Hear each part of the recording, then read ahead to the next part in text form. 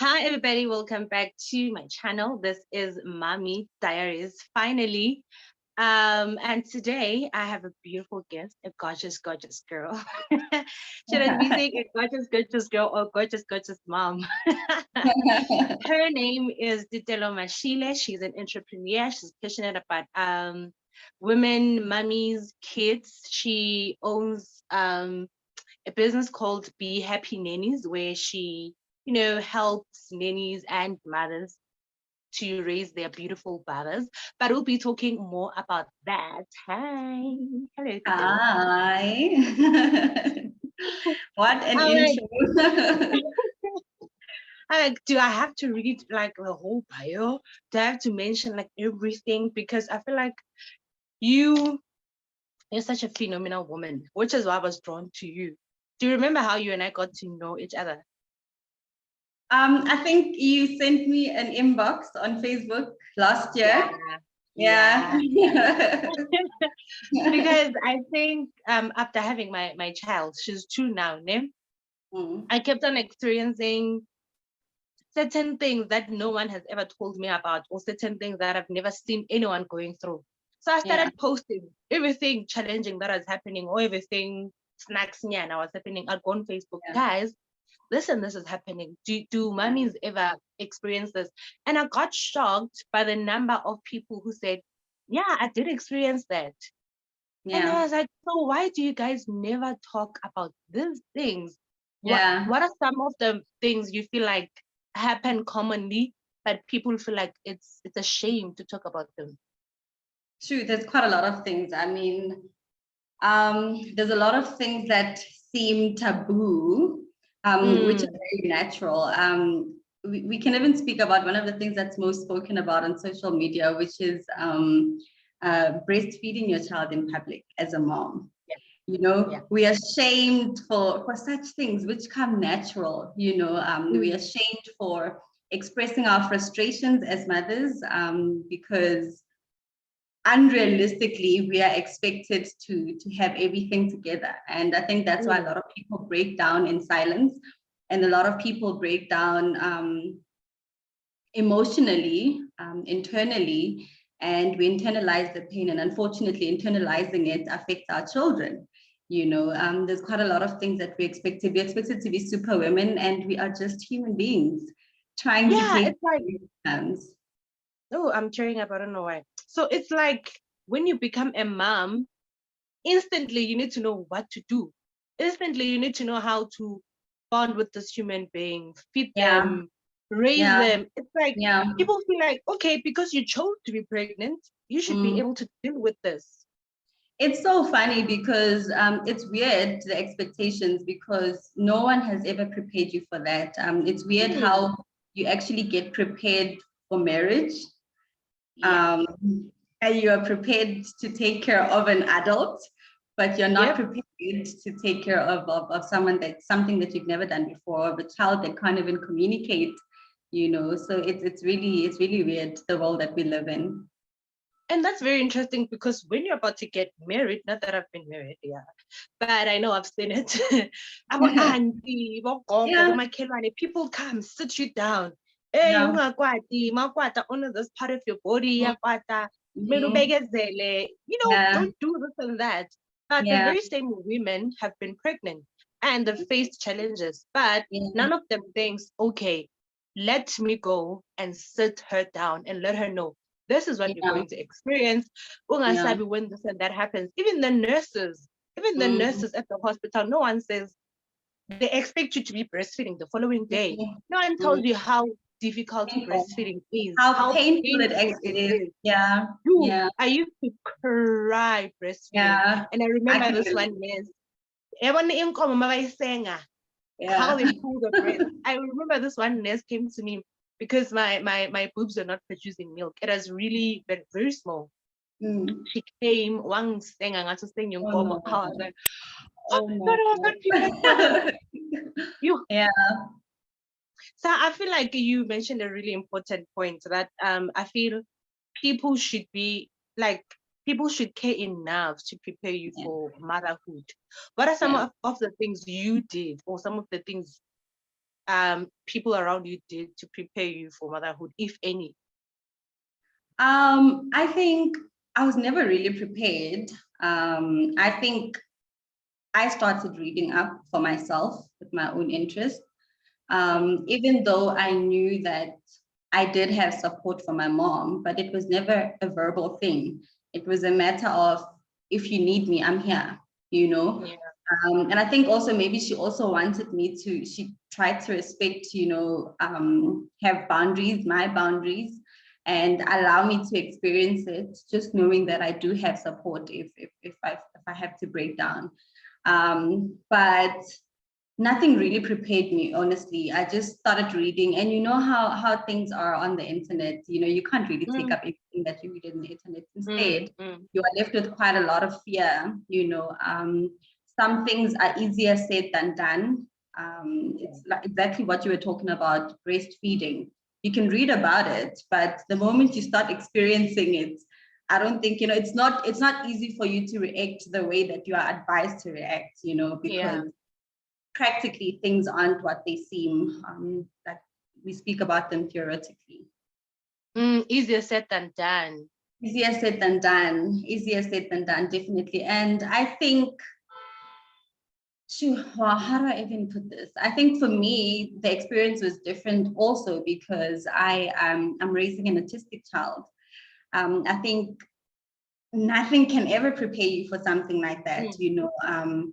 Nothing actually does prepare you, but just knowing that you do have support, knowing that his father is, he's not supportive. I think he's also parenting with me, you know, knowing that we're in this together. We understand each other's frustrations, we understand each other's pain, we understand the love that we share for our child. That for me is enough. Support is everything, honestly. And you mentioned a very important point that his father is not supporting, but he is parenting. Because I feel like most of the times, dads really feel like they're doing you a favor when they change a nappy. They're doing you a favor when they... And mabasala nabantwana, they feel like it's ngiselelo mntwana. Umuntu feeling that I'm supposed to be doing this. We're supposed to be helping each other, you know, carry the load together. Because umuntu uzovela athi, hey, ngiya babysitter. Babysitting your own child. Now, I feel like most of the times, daddies or the men get it very easy, because when now you're pregnant, you go to the hospital, mabuya, you're still in pain, you have to breastfeed. But daddy, all he thinks is, I have to give money, I have to help here and there when you need help. I think it's definitely the patriarchal society that we are raised in, and I think these dads of our generation are really trying. Yes, they can do better. There can be room for improvement, but I think they really are game changers.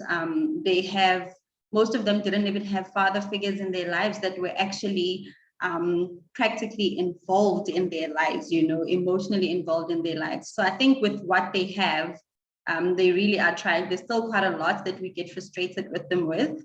But it is a work in progress, just like we are a work in progress as this generation of mothers. Yeah, true.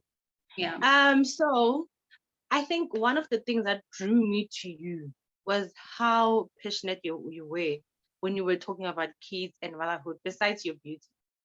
I was like, oh my God, this is the space I need, you know, a space where mothers can talk about their challenges without anyone, you know, judging. So I want you to tell me about your passion for mothers and your passion for motherhood, and what you've learned so far as a mom yourself. What has motherhood taught you? Wow, motherhood has been messy. It's been challenging. It's something that I've never experienced before. It's weird, but it's also beautiful, and it's also fulfilling, and it's meaningful. And I think for me, it was a game changer because it made me realize my purpose. I think I've always had a passion for children. I've always loved children. I mean, what's there not to love about kids? I've loved children forever, but motherhood has made me realize that there's more that I can do in changing people's lives, in changing families' lives, by changing one person's life at a time, one child's life at a time. Women, I think we get a lot of social media is so weird. You can take what you want to take from it, but I think some of the negative things that we get about us women on social media that are written by men is that we don't like each other. But I get surprised every time people write such things, because the kind of women that I have in my life, like they don't meet the type of criteria that's been placed on Facebook. I have supportive women. I meet the most beautiful women who are not intimidated by other women's beauty. I have met a lot of women that have changed my life. My first mentor was a woman, a gorgeous, gorgeous woman, Dr. Grace Makoka. I am surrounded by powerful and beautiful women, intelligent women. So I've always been in those spaces where the support that I got mostly has been from women. And it definitely did make sense for me as a woman to want to support other women, especially with something that's been one of the most challenging things by far that I've experienced. I knew that with what I had to share the information with someone else that could be going through the same things. Yeah. And from the very same passion, you birthed your business, Be Happy Nannies. Yes. And I want you to tell me about Be Happy Nannies and Moments, because I feel like those are two different businesses, ne? Yeah. Listen, that's how passionate you are about women and children, because you have two businesses that are not very different from each other. The other one is about mummies and the other one is for nannies, which I feel like it's a great balance. Yeah, definitely. And both of them have the same vision and the same mission. I mean, the mission really is to educate women as much as we can, support and empower women, and making sure that they become the best versions of themselves. They fill their cups to the brim, so they overflow, and they overflow with love and everything beautiful that they can bring out. And the vision for both of them is that we should raise a generation of children that isn't scarred, that will not have to recover from childhood trauma in their adult life, that will not have to go back into their early life to recover from things that we know we could have avoided if we had the information. Be Happy Nannies is an agency that specializes in nanny training, and by nanny training, I speak about modules such as growth and development, emotions and behavior. We are living in a time where we actually do need nannies in our homes, and most of the things that a lot of moms and a lot of nannies get frustrated by are things that are unspoken of. I think one of the things that we lack in relationships generally is communication. We speak about it so much, but like you said earlier on, the doing is much harder than speaking about it. So I've realized that there's quite a lot of things that can be avoided in the clashes that we have in our homes, because now when you bring a nanny, you bring an individual that has to come into your family and become a part of your family and understand your vision and your mission as a family. But also, as educated as we are, we need to understand that some of our nannies have really disadvantaged backgrounds. Some of them come from abusive backgrounds, and we need to be able to make sure that they are emotionally and psychologically prepared to help us raise our children, which is one of the most difficult jobs that we know we have.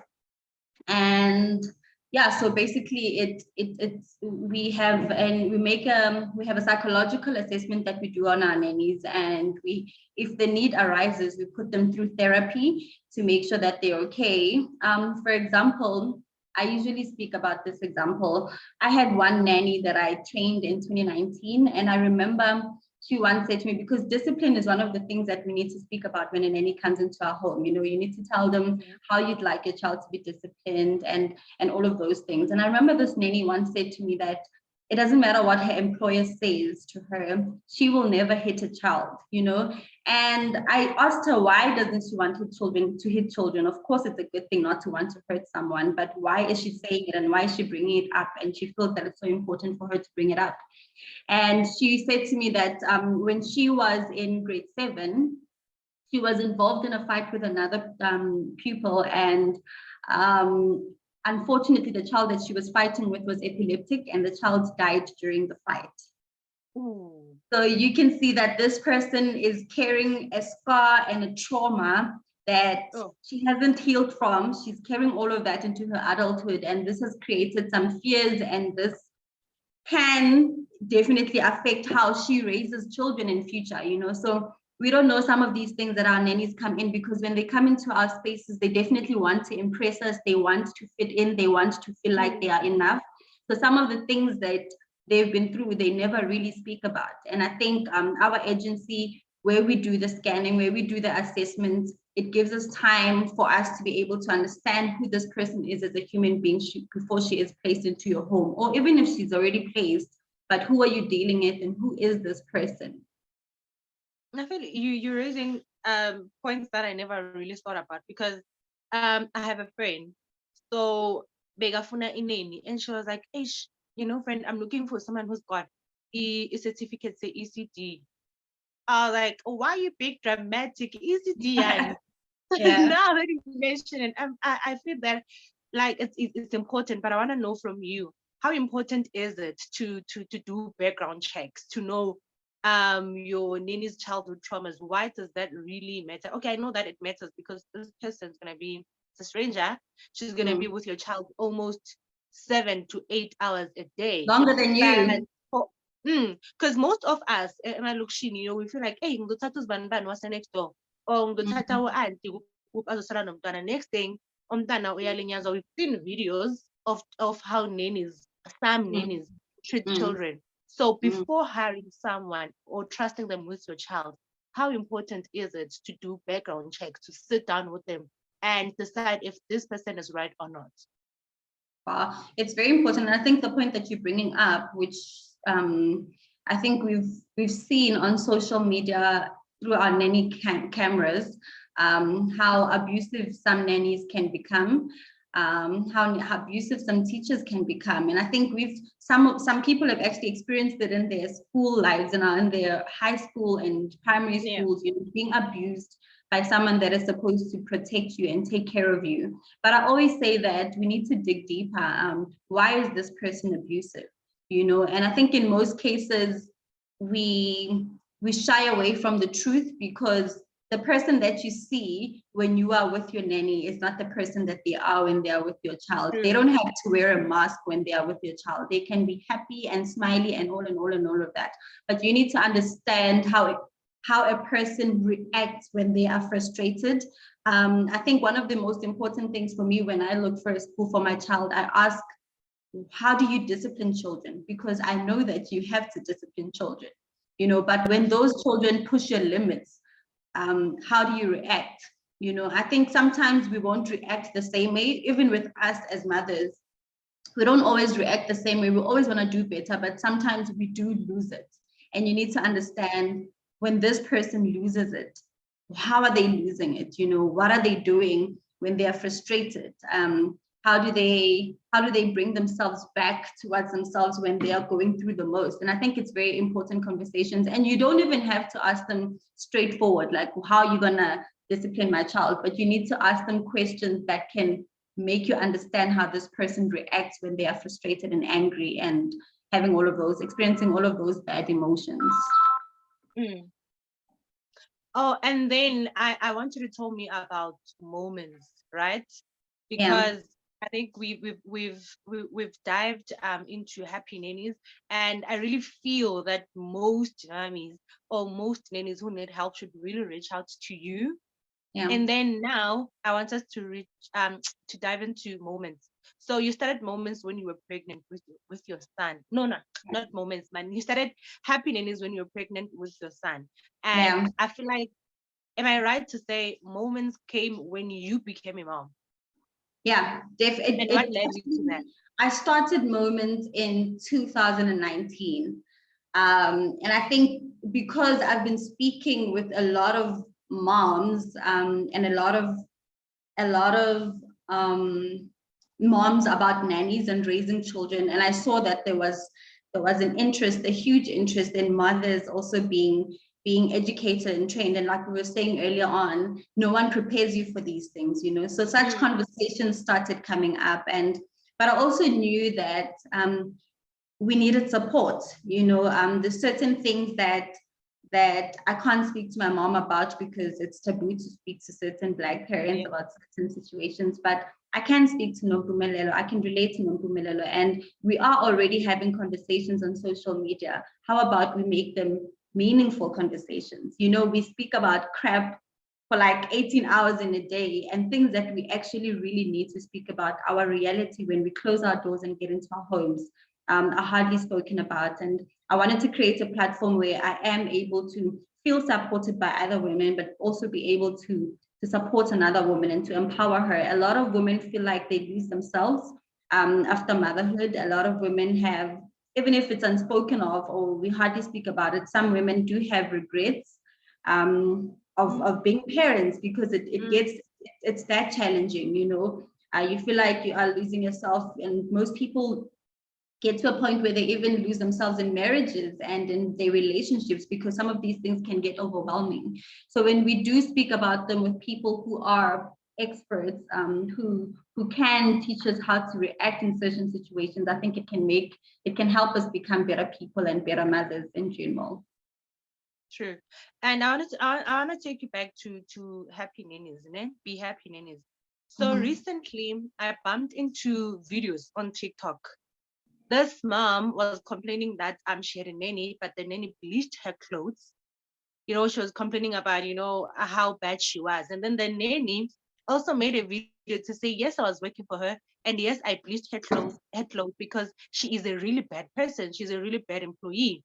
And she did say, this is what I went through, and I love her children and stuff, but I needed to teach her a lesson to be a good employer. I mean, not employee. She did give her reasons, and I feel like most of the times we overlook the abuse that nannies go through. You know, some employers are really not good employers. And then how do we maneuver around that? I think that's where we come in, to have the conversations that are uncomfortable for the employer, for her to understand that people are raised in different backgrounds. You know, you get a lot of women who are frustrated with their nannies, but when you really look at the situation, you know that it can be avoided if they are taught how they want things to be done. And teaching does not mean that you are stupid. I could be talking to you about something that you know, but I could bring up a point that maybe you don't see. But as much as we want to teach, we have to be able to listen. So you're not going to change me overnight to become what you want me to be, because I'm a human being as a nanny. I've got my own experiences. I've had this one mom that complained about something that can seem very petty, but it can create a lot of discomfort for women living in the same household. She was complaining that her nanny does not clean her fridge. And then I'm like, okay, did you speak to her that she needs to clean a fridge? And she said, no. I mean, she's supposed to know it, right?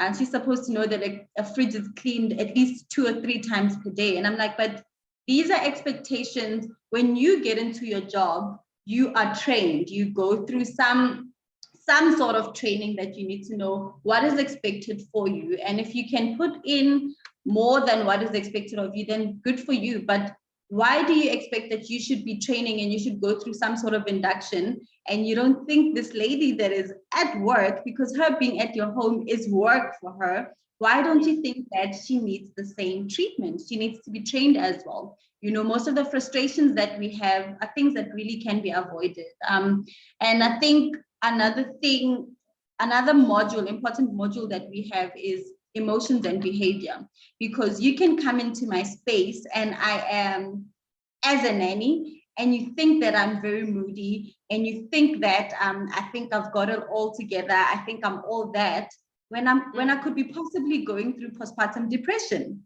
you know, because you've never experienced me before my child. I'm going through so much, And unfortunately, the backlash is going to come onto you. So that's why we also prepare our nannies that if you go into a space, you could be dealing with someone that has postpartum depression. What is postpartum depression? What are the symptoms of postpartum depression? And how can you also reach out? Because even if I'm your employer, I'm also human, So we really, our agency is a middleman that helps both the nanny to look at her employer as a human being and understand what she could be going through and her challenges, and also have the employer look at a nanny as a human being and understand her, walk into her shoes a little bit so she understands where she comes from and where they can both meet each other halfway. Oh, that is so beautiful. Should I ever need a nanny, I am going to come to you for training, please. Because I am really interested in this, because I never really looked at it that way. I didn't think it was that important or that how deep it goes, Yeah. And I want us to talk about, dealing with helping your child not to have childhood traumas, because most of us, we have to unlearn childhood traumas that we carry, So I want to know from you, how important is it as an adult or as a mom to deal with your childhood traumas and to sort of protect your own, not to have those when they're older? Yeah, I think firstly, you can never pour from an empty cup.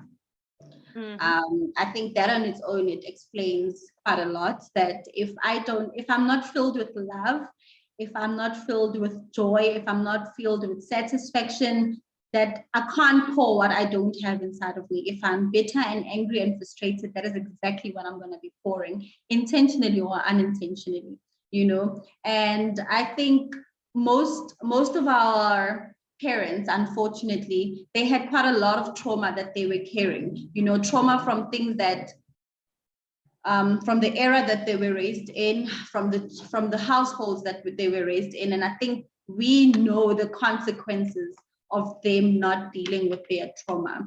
They definitely bled on us unintentionally. They bled on us, and some of the things that they actually did to us was because they didn't have the knowledge. They were raised under really tough circumstances, and so were we. And we saw that we could have become better people if our parents could have communicated with us better. We could have been better people if our parents did take our emotions into consideration. We could have become better people and better spouses, because these things go to an extent where it even ruins marriages. Look at our generation. I always do mention that our generation is a generation where we break up quite a lot with the fathers of our children. And even if we are not breaking up, we are still toxic to one another. And these are the consequences of parents not healing first before they can raise their children. And these are the scars that we are unlearning. And hopefully our children will not be raised with such things or have scars like that to recover from.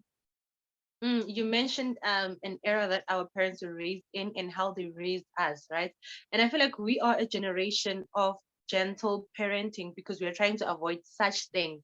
So I want to know your take on gentle parenting, and I want to know how do you view motherhood now, like the difference between our mothers and our generation. Yeah, I think gentle parenting really is us creating an awareness that our children are not just physical beings. They are emotional beings. They are spiritual beings. They have a psyche that we need to take into consideration. We need to understand our children as a whole, and understand how everything that we do has an impact on them or on their lives, and can have an impact on their lives forever. Gentle parenting is us taking all of those things into consideration, that I'm dealing with a human being. I need to respect my child firstly because they have the Spirit of God inside of them. Our parents raised us saying that we need to respect them. But we do realize in our generation that respect comes from both ways. If you want to see it, you have to give it. Respecting your child's emotions, respecting even, and in most cases, respecting their negative emotions, respecting it when they are sad, when they are mad, when they are frustrated, when they are angry, respecting that and understanding that they are human beings with emotions. And I think that's what gentle parenting really is all about. But also we need to create a balance where there is some sort of discipline. We are saying that disciplining a child or maybe hitting them in some cases might not be a good thing to do, because then you might be raising a child, teaching them that every time they're frustrated, they need to hit, there need to be some sort of violence for them to be heard. But we need to understand that discipline isn't that. Discipline is teaching a child that why what they are doing is wrong and how it can affect them. For them to understand, you need to understand the why and the hows. With our parents' generation, it was a matter of don't do that. But the moment you understand why you shouldn't do that, then you can react better and you can avoid doing it. Why should I not play with a match? Why shouldn't I put on the stove and put my hand on it? Children don't understand. Their brains develop until they are 18 years old. So they don't have the experience that you have, and it is unfair for you to expect them to think like a 32-year-old person when they're only 3 years old. So gentle parenting is understanding that I'm dealing with someone that is still growing. Their little brain is still growing. I need to understand and see life through their eyes for me to be able to teach them and for them to understand. One of the things that we experience is talking about sex. We know that with our parents, sex was such a taboo thing to speak about, but there was so much trauma and pain and rape that we're coming from, from things that are unspoken of. And now we have a generation of parents that are able to speak. But if I'm going to speak to a child about sex, a 5-year-old child that all of a sudden just said sex and everyone is surprised where that word is coming from, I need to understand that this person is 5 years old, or this person is 10 years old, and be able to communicate with them in a way that they will understand it and their little brains will be able to understand it. To be able to also prepare them for periods, because our parents viewed menstruation as this taboo thing, and also gentle parenting also teaches them to be better communicators, to be not to be people pleasers, because most of our parents used a lot of silent treatment. So now when you get older, you want to be— Please hold on to that. You said most of our parents used a lot of silent treatment. And are we not using silent treatment in our relationships, which is not working out for us? We do. Yeah. So that scar has already been passed on to us that we need to heal from. And I think we don't realize how silent treatment damages the other person, because they keep on thinking, what wrong did I do? So next time they want to make sure that they overbear themselves. They do everything they can to make sure that you speak to them all the time. And it damages them. So I feel like I love this generation of parenthood. I really love it. And I feel like if I were to talk to you, we are going to talk the whole day. So because you have this much knowledge that I love, you have this much so much poise, and you understand motherhood a lot. And I really love that. I really wish every one of us, whether you're planning to be pregnant or you're pregnant or you have children or you've got things to unlearn, you need this type of women around you, because it's very important. We need to be raising children who are very graceful, who are going to turn into adults that are understanding and communicate their feelings better. So to round it off, to close it off, I need you to just pointers you can give to mothers, just like people who are planning to be pregnant, people who are pregnant right now, and people who are still raising children. What would you say to them, like just a piece of advice? Wow. I you know what? I think the biggest thing for me is support. Support yourself with the caliber of women that you wished or you hoped our parents could have had. Support yourself with women. And sometimes support is expected to come from family, but unfortunately not everyone gets that from family. But we can create our own support systems. Reach out, even if you feel like some of the things that you want to speak about are embarrassing, but do reach out, because now we are a generation of mothers that are intentionally creating support for ourselves. These things are there for us, and even if we have to pay for them, some services we really need to pay for them, like life coaches and psychologists. But I think that you're worth it. You're worth every cent that you would want to pay, to invest in yourself. you're worth it. You're worth the effort that you want to take. And embarrassment is a thing of a past nowadays. We are able to speak about certain things, and it's obviously spaces. You need to understand what spaces you are in order for you to speak about certain things. But we can speak about things that used to be taboo. You know, there are people that aren't judgmental. There are people that really care about you, even if they don't know you. They really do care about your well-being, and they want to be there for you. And spend your time doing things that you know will have a positive impact on you.